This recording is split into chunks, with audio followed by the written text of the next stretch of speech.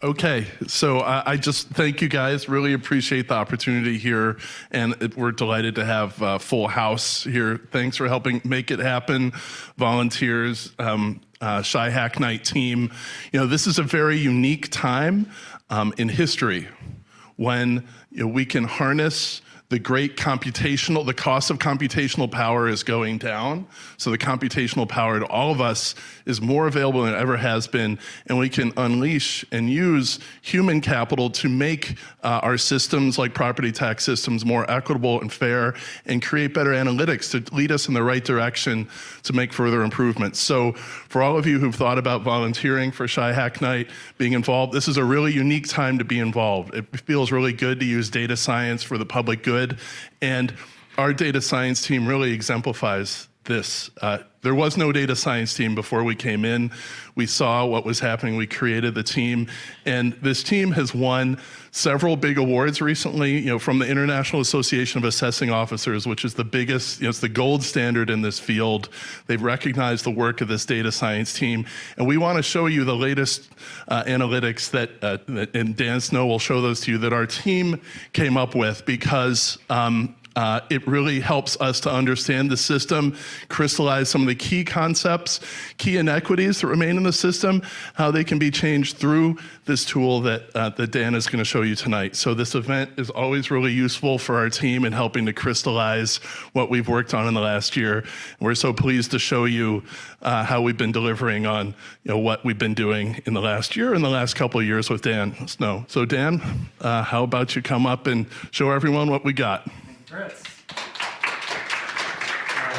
All right, so as Fritz said, my name is Dan Snow. This is now my third time presenting at Shy Hack Night. Feels good to be back. Thank you all. And tonight we have a somewhat spicy presentation for you titled, Why Are Property Taxes in Chicago So High and What Can Be Done About It? So to answer that question, we're going to cover three topics. One, how do Chicago property taxes actually work? Two, why are Chicago property taxes so damn high? And three, what can be done to lower them? But before we dive in, important note, disclaimer, the Assessor's Office does not calculate, send, or collect property tax bills. That is a separate office, is the Treasurer's Office. And there are many other offices involved with property tax administration in Cook County. We are but one small piece. All right, so all that said, disclaimed, part one. How do Chicago property taxes actually work? To answer that question, we are going to look at a tax bill. I know, very exciting. So here is a real example Chicago tax bill from tax year 2021. And we can see there are many items on it. These are all line items. And each line is a unit of local government, and they are grouped by type. So there's schools here, municipalities, etc. Each unit of local government has a tax rate that it sets. And that rate is multiplied by the equalized assessed value for that line item to determine the amount that you owe to each district. If you're very confused, you should be, because this is extremely unintuitive. It tells you almost nothing about how your taxes are actually calculated or what drives an increase. And so tonight, we're going to sort of demystify this bill. First, we're going to look at tax rates and figure out how they're actually calculated. And then we're going to look at assessments. For now, we're going to ignore assessments and just look at where these numbers that determine the amount that you owe to each tax district actually come from. And to do that, we're going to go outside of Chicago. We're going to visit the village of Riverside, which, as you can see, slightly west of Chicago right here. Not in Chicago, but the math, all the calculations work exactly the same way. And then note, from now on, I'm going to use color to identify different taxing districts and things of importance. So this is the taxing district for the village of Riverside. What is a taxing district?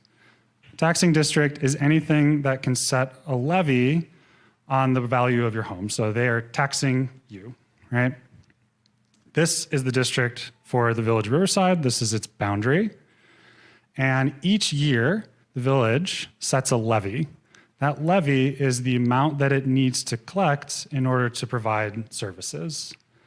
In tax year 2021, the Village of Riverside's levy was around $6 million. So that is the total sum that they need to collect. You, lucky person, are a property owner in Riverside. So this is your property. It's a 3,000 some square foot home. And on the market, it's worth about $550,000. The taxable value of your property is not the market value. It's about a third of the market value.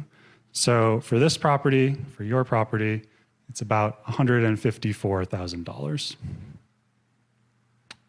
Now, in order to determine how much you owe to the Village of Riverside, what we do is we sum up the taxable value of all properties within Riverside's boundaries. So these are all different properties.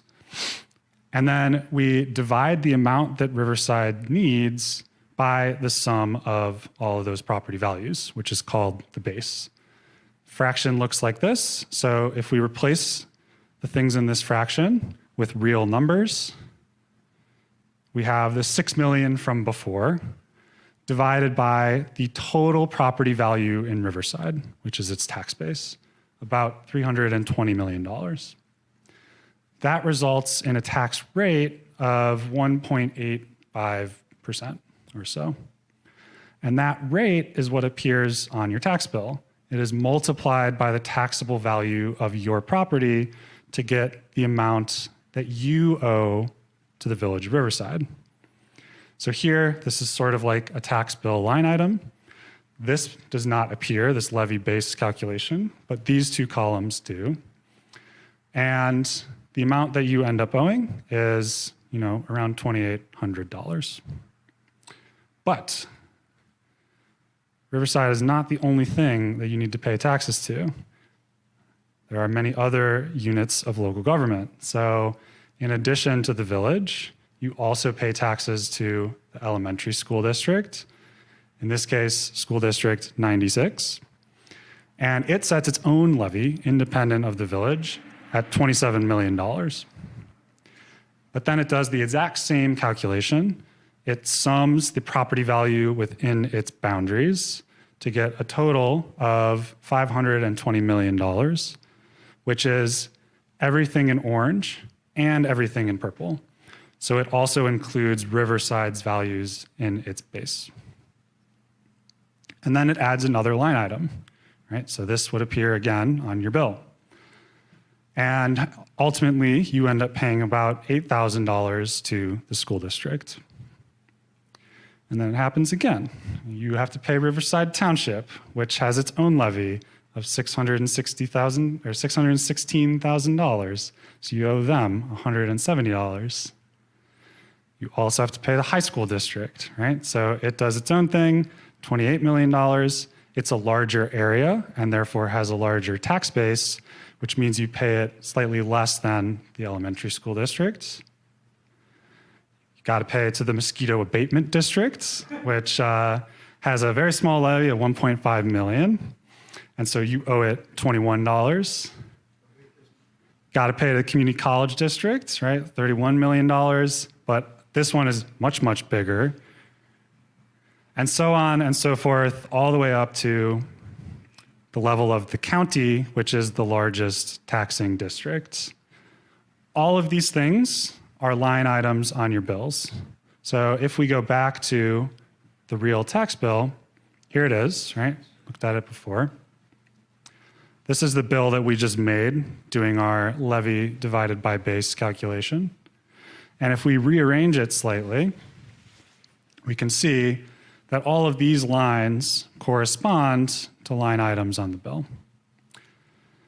Except the real bill has even more line items than the one that we made. So all in all, there are like 15 some districts that you end up paying to if you live in the Village of Riverside.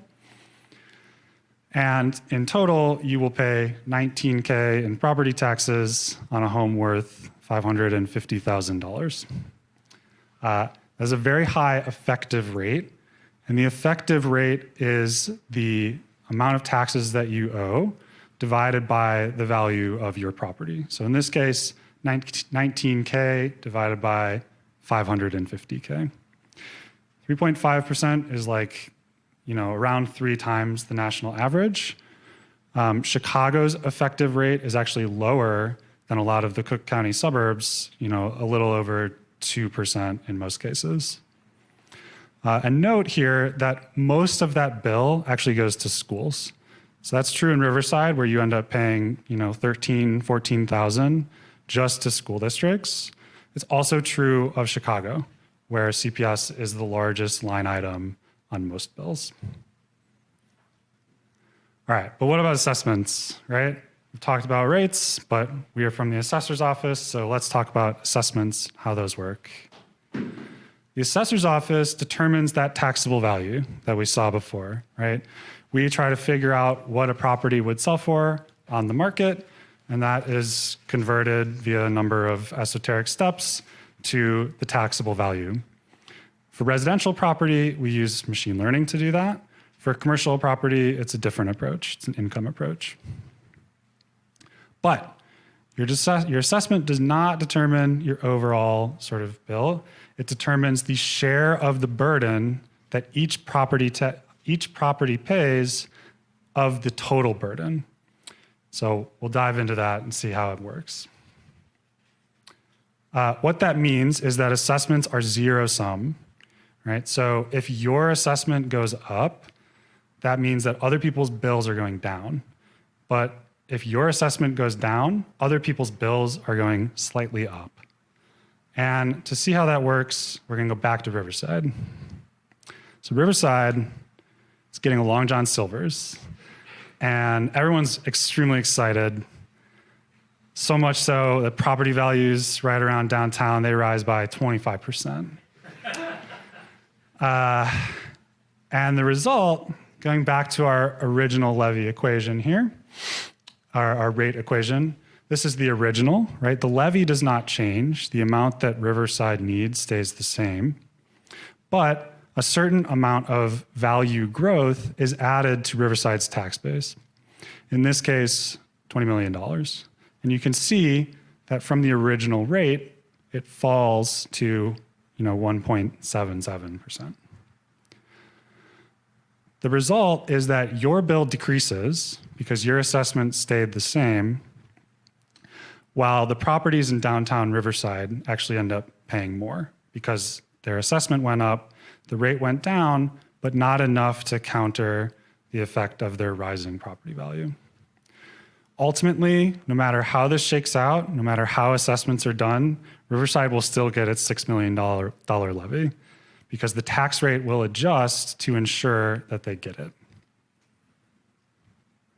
All right, so that is a very small picture of how the overall system works, but it's the important stuff. So key takeaways here are just that the levies determine the overall burden, so the amount that in aggregate everyone has to pay, and assessments determine the share of the burden that your property is responsible for.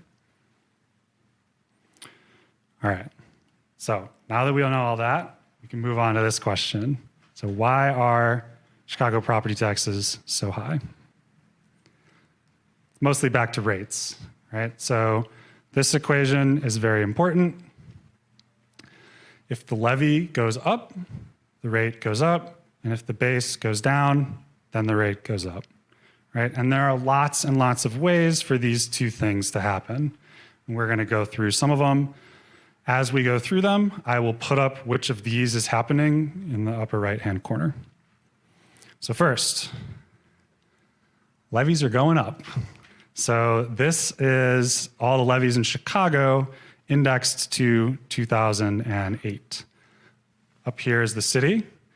And you can see that since 2008, the city levy has essentially doubled. It's increased quite a lot.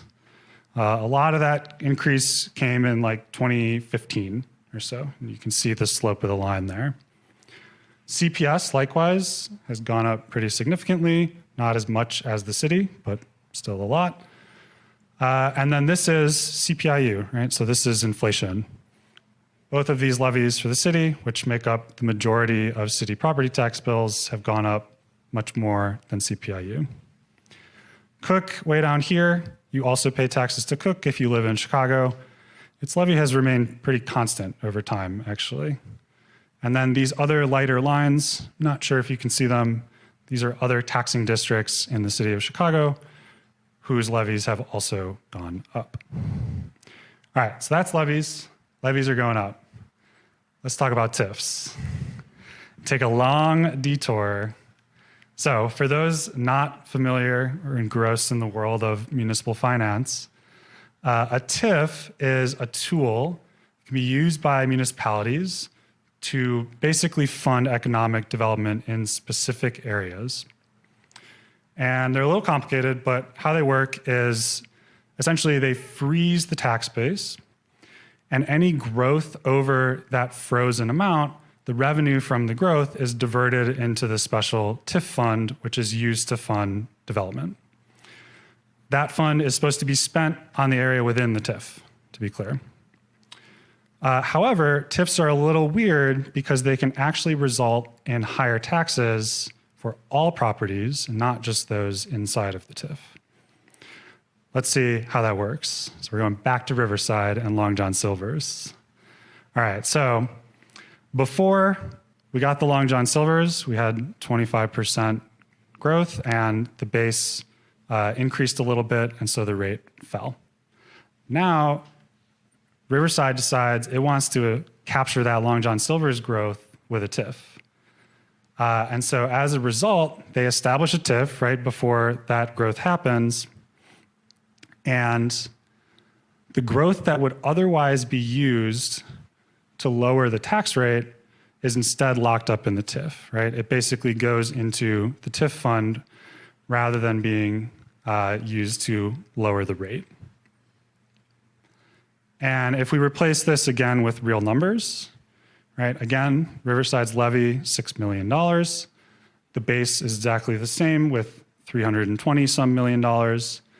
That growth, the $20 million in tax growth from the taxable value from the Long John Silver's, were it not for the TIF, would lower the rate to 1.77%.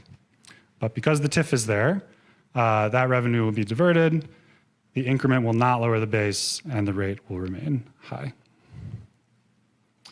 So, all of that said, it seems a little weird, but TIFs are not necessarily bad. They're just a tool. They can spur development where one had not occurred or where it would not have occurred. However, TIFs are a little tricky because if the growth would have occurred without the spending for development from the TIF, then you're essentially capturing growth that would otherwise increase the base and lower tax rates. So if you think that the growth would have occurred without the TIF, you're effectively raising property taxes. And then Chicago TIFs are especially weird and complicated because they have a sort of history of being opaque and sort of hard to oversee. You can move money between them, right, if they are touching each other, which is a little bit weird.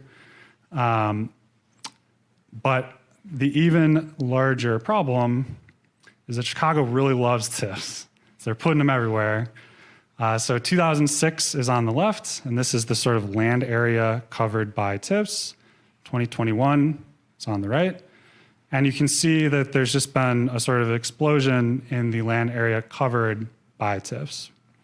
Right? We went from 19% to 34% of land area, and 9% of all pins to 14% of all pins.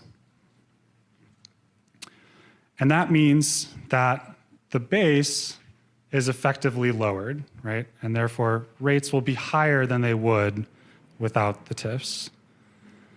As TIFs grow older and as there are more of them covering more area, more and more of the tax base will get locked up inside of the TIF rather than increasing the base and lowering rates. So that is sort of what this is showing.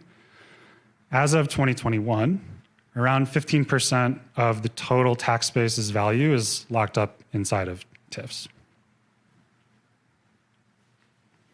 All right, so beyond TIFs, there's some other stuff. This is new this year, the recapture provision, which is covered in a recent Treasurer's Office report. And the way this works is if you appeal your assessment, if you're unhappy with it, you think it's too high, you have many opportunities to do so. At certain points, if you want to appeal and you succeed, that money will come back out of the taxing district's bank accounts. So they essentially lose money that they would have depended on to provide services. This new provision, again, new in 2021, essentially lets taxing districts automatically raise rates the following year in order to recover the money that they lost to appeals. So this is effectively an automatic tax increase if people are successfully appealing every year. But what about assessments? All right, we're coming back to this again. So assessments, as I'm sure most of you know, have changed a lot. And they've changed who pays what. Right? So values have decreased in historically over-assessed areas. And they've increased for rapidly appreciating areas and certain classes of properties. And then appeals also have a big effect. We'll talk about that in a minute. So here is a map of Chicago. Hope we're all familiar. This is the median percent change in AV by census tract. And you can see the areas that have changed the most, right? Basically, the south and the west sides have had their assessments decrease. The sort of northwest, southwest, and north-north side, Rogers Park area, have had their AVs go up a lot.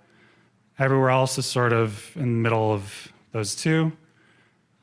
Notably, these are pretty big percentage changes. And the reason for that is because assessments in Cook County only occur every 3 years. So this is basically 3 years of growth. And if things were underassessed in 2018, we're also adding that percentage change to get them back to the level that they should be at. Right? These are big changes, but that said, given sort of trends in the current housing market and the increasing stability of the models that we use, I'm confident that they will not be quite this high in the future. But who's to say? Let's look at appeals really quick. So I mentioned them before. There are many avenues for appeal, but the main two are with our office, the Assessor's Office, and with an independent office called the Board of Review, whose primary function is to process assessment appeals. And as I mentioned before, since assessments are zero-sum, large drops on property appeals can result in high bills for people who did not appeal. And this point is a little confusing, but essentially the overall share of the total assessed value held by one class or another is a good proxy for the sort of total tax burden that they are being asked to pay. And so we can look at a plot like this using that knowledge to determine how exactly appeals have played out in the past. So the appeals cycles are on the bottom, right? We have the mailed. Those are the initial values, not appealed. We have assessor appeals, which are appeals with our office. And we have board appeals, right, which are at the Board of Review. These dotted lines are reassessment years for Chicago. And our axis here is the percent of the total AV property value held by commercial properties. And you can see a pretty distinct pattern here, right? So these reassessment years, what happens is we mail values. They go up a lot for commercial. So commercial is holding a larger share of the tax base. And then immediately following that increase, at least back here, they go down, right? And this is from appeals. Right? In more recent times, what's happened is, we were under assessing commercial properties. They were under assessed for a long time. In an effort to correct that problem, right, we had a big increase for commercial. They took on a larger percentage of the tax base. That's this mailed value here. People appealed with our office, came down a little with us, came down a lot with the Board of Review, where they actually ended up, after appeals were done, holding a smaller percentage of the tax base than they were in 2020. So, what are the takeaways here?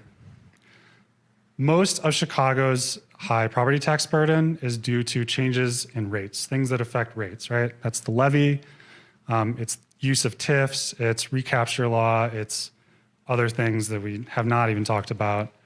But assessments and appeals, they do play a role.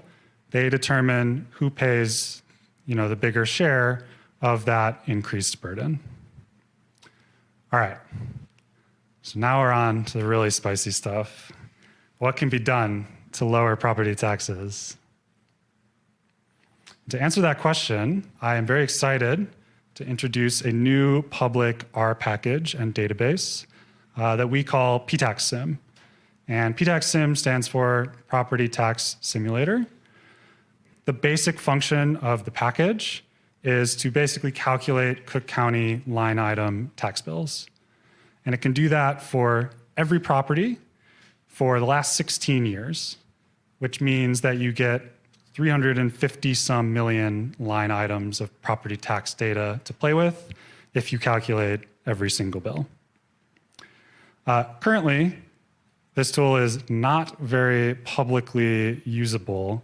It's an R package. You sort of have to know how to program in order to use it. So right now, the target audience is academics and journalists, people of that sort. However, we do hope to create a sort of public-friendly front end in the near future. So I mentioned the ability to estimate tax bills as the main function, but the real power of this tool is the ability to calculate counterfactual bills. So we can calculate bills as if something had happened and see what the effect of different levers are within the property tax system. So we're going to use it. We're going to pull some different levers and see what happens. Now, before I show you these numbers, take them with a grain of salt. It's really complicated and hard to do this, so they're not easy to do. If you do want to see the code, big link right here, bit.ly/ptaxsim. All right, so we're going to look at three sort of what-if categories. And I chose these because they would not require huge legislative changes. They're mainly things that taxing districts can do on their own. And one very important note about PTAX-SIM, we are using this tool to look at a counterfactual past. We're not projecting into the future. It can do that, but we're not doing it today. So everything is, what if this situation had happened in the past? What would this person's bill be instead of what it actually is? All right, and these are the three categories of counterfactuals that we're going to look at. So what if levies were frozen? What if TIFs did not exist? And what if appeals were altered? And to answer those, we're going to look at one single subject property because it makes it a little easier. So this is a 2-flat in Pilsen. It's off 18th Street. Its 2021 market value determined by the assessor was around $530,000. And that resulted in a tax bill a little less than $11K. This is like a pretty typical multifamily property in terms of characteristics and value, so it's a good example. And note that we're not changing the assessed value for this property throughout all of the following scenarios. Another very important note, the results from this PIN are sort of broadly applicable to Chicago, because Chicago, for the most part, shares a very similar tax rate. It's mostly like one large taxing district, and so the rate is always going to move through for most properties at the same time. All right, so let's jump into the counterfactuals. What if levies were frozen? What would happen? So just to walk you through this table really quick, in the leftmost column, we have our counterfactual scenarios. The next column is our tax bill.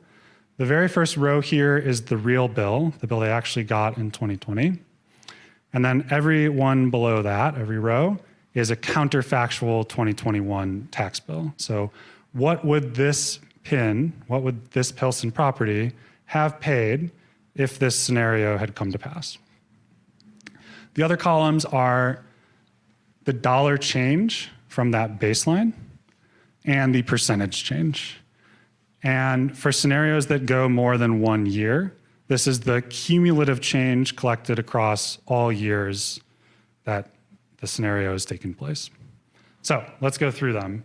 First one, if city levies had been frozen under Mayor Lightfoot, City Council had not increased levies at all, what would this PIN end up paying? Well, it would be around $236 less than it actually did in 2021. Expanding a little, so if Rahm and that administration had not increased levies at all, and then Lori had just resumed and done what she actually did in real life, what would this PIN be? Or what would the bill be? And it would be about $1,200 less than it was in 2020. This third one, I was inspired by last week's presentation, which talked about the sort of disconnect between CPS student enrollment and the amount that they collect in property taxes. CPS enrollment has been going down, but the amount they collect has been going up. So I was just curious, what would happen if you basically tied the levy to enrollment? And the result is a much lower bill, right? It's actually, $3,100 lower than what they would have paid in 21. And then we can go full maximalist, sort of, what would happen if we just froze all the levies? We just stopped increasing them entirely in 2006. And then in that case, we would be paying around $4,500 less on this property. So graphically, this looks like this, right? This baseline, the percent change is 0, so this is what they actually paid. And then the percentage decrease for each year is just how much lower as a percent their bill would be in that year. So this corresponds, this is around 2%. If we go back to the table, it's around 2% lower from the baseline. All right, so that's levies. What about TIFs? So let's look at TIFs. Again, we're paying around $11,000 on this PIN as a baseline. Now we can just look at TIFs and basically start removing them. How would that actually affect people's bills? So the largest TIF by revenue, besides the red-purple modernization TIF, is LaSalle Central. I think we are in it right now, potentially, maybe. If that TIF was just deleted tomorrow, it would net this bill a $264 decrease. Likewise, if we scale up to the top 10 TIFs by revenue, so the largest TIFs collecting the most money, it would save this PIN about $1,000 on their 2021 bill. If all TIFs, all Chicago TIFs, were just deleted from existence, this PIN would save about $1,500. And if all TIFs in Cook County were deleted, because there are many TIFs in the suburbs, it would actually still affect Chicago or Cook County's tax rate a little bit and lower the bill even further to around $1,600. So here's that graph again. Grayed out is the ones that we just looked at before. You can see that as values have recovered since 2008, we've sort of had an increase in the effect of TIFs and how much they are capturing from this bill, which I found very interesting. But some important caveats here. Many TIFs are retiring soon anyways. So we may not, you don't have to delete them by ordinance or whatever. A lot of them expire. They have a lifespan of 23 years. Many TIFs were made in sort of the late 90s and early 2000s. Some of them are up for extension, so you can optionally extend them for 12 years for a total of 35 years. And then an important TIF note here is that the TIF increment only returns to the tax base if the districts that are covering the TIF choose not to raise their levy to capture the additional increment. This is very confusing, but suffice to say, it is not guaranteed that when a TIF expires, that money will lower rates, right? All right, and finally, let's go to appeals. So what if appeals were altered? Very important note for this scenario. It only applies to this PIN. So we're only looking at how this would affect this PIN. The thing I said before about this being broadly applicable to Chicago does not hold here. So, all right. So again, we have our baseline. And then the first scenario here, undoing about sort of 600 or so, very large appeals from commercial that were done at the Board of Review. How would that actually impact this PIN's bill? Well, it would be about $400 lower. And if we scale that up and undo all commercial appeals from the Board of Review, this PIN's bill would be about $750 lower. And then again, because the full maximalist position is weird and fun to calculate, if we just literally got rid of appeals and there had been no appeals since 2006, this PIN's bill would be about $1,800 lower. All right, so gone through our 3 questions. What are the takeaways? Well, the tax system is very complicated. There are lots of different levers that you can pull to change bills. Not all of them have very obvious consequences, and there are many that we just didn't even talk about today. But I am hopeful that with this new tool and it being publicly accessible, people can sort of experiment with pulling different levers to figure out how different policy changes to the system would actually ultimately impact people's bills, and that this tool will be a sort of light in the dark and help us aim toward a fairer, better property tax system.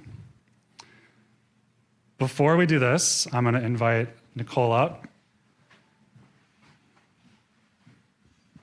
Hi, everyone. I'm Nicole Jardine. I am the Chief Data Officer. And if you are listening and you are interested in assessment equity and you want to build your data science skills, we will be hiring. For those of you here, feel free to scan our QR code. There will be 2 job postings going live on Friday. And for those of you at home, keep an eye on cookcountyassessor.com, and you'll scroll down about halfway down the page and look for a job opportunities button. So thanks. Back to you, Dan. Thank you, Nicole. All right. Questions? I'm sure there are many. Thank you. So kind of a very simple question, but like at the start you showed that the actual, I think it was the EAP is 1/3 of like the property tax value or like the assessed value. Why is that number there? Like why not just use the raw assessed value of the property? That's a more complicated question than you probably suspect it is. The basic answer is that the assessed value is 10% of the market value. And then the state calculates an equalizer to try to basically equalize the assessed values of all the other counties in Illinois. That is then multiplied by that 10% to get around 1/3. Usually the equalizer is around like 0.3. If that meant nothing to you, that's fine. It's very confusing and weird. I'm happy to explain it further afterwards if you'd like. Yeah, it's a very complicated question. What percentage of, well, let's put commercial aside, but just residential apply for assessment? everyone is assessed. You do not have to apply apply. for appeal. Sorry, I meant. Oh, I actually don't know. Do you know? Our director of comms is here. I'm going to punt the question. Fritz, do you know? I'm unsure. In the most recent year, I think we had a little bit over 300,000 appeals. Now that is down by a third from where they were in 2018. So it's roughly that amount. We are almost completing the 2022 cycle now, so we could give you a more up-to-date number. Yeah. They've gone down 3 straight years, but our numbers are still high. This jurisdiction, I think the amount of appeals that they have in Harris County and Houston is greater than ours now. It may be higher in Dallas, but we're kind of really an anomaly in the rest of the United States. In most of the U.S., even in large jurisdictions, it's a mid to small single-digit number that appeals. So our culture here in Cook County, because assessments have been accurate for so long, and because there are so many industries and political incentives that rewarded driving appeals, have sort of taught a lot of people to feel like they need to appeal. And we are sort of, a lot of the work of our team is about building trust and trying to show behaviors that you don't necessarily have to engage in the behaviors that you learned before. But in the end, this is something we have in the state that has been created over time. So this might not